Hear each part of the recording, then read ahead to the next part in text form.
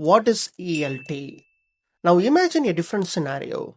Instead of cleaning everything before storage, you first store everything safely in a big warehouse and then you organize it and label it based on your needs.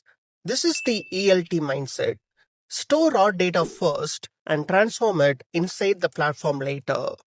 ELT stands for Extract, Load, and Transform. Data is extracted from sources and loaded into scalable storage immediately, typically a data lake or lakehouse. Transformations are applied after the load, using powerful compute engines such as Spark or SQL warehouses. This is why ELT became popular in the cloud era. Storage is cheap and elastic, and compute can scale when needed. ELT matters because raw data is preserved. In real data engineering projects, requirements always change. Today, the business might want daily revenue. Tomorrow, they want revenue by region. Next week, they want a new definition of active user.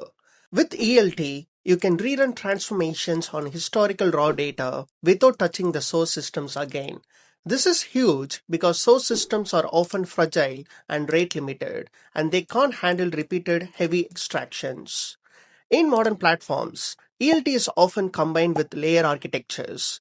Raw data lands in a raw or bronze layer, then transformation produces clean silver data, then business-ready gold tables are created for dashboards.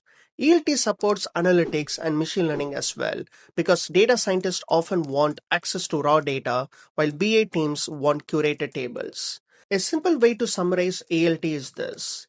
ELT prioritizes flexibility and reprocessing, and it fits naturally with cloud scale platforms.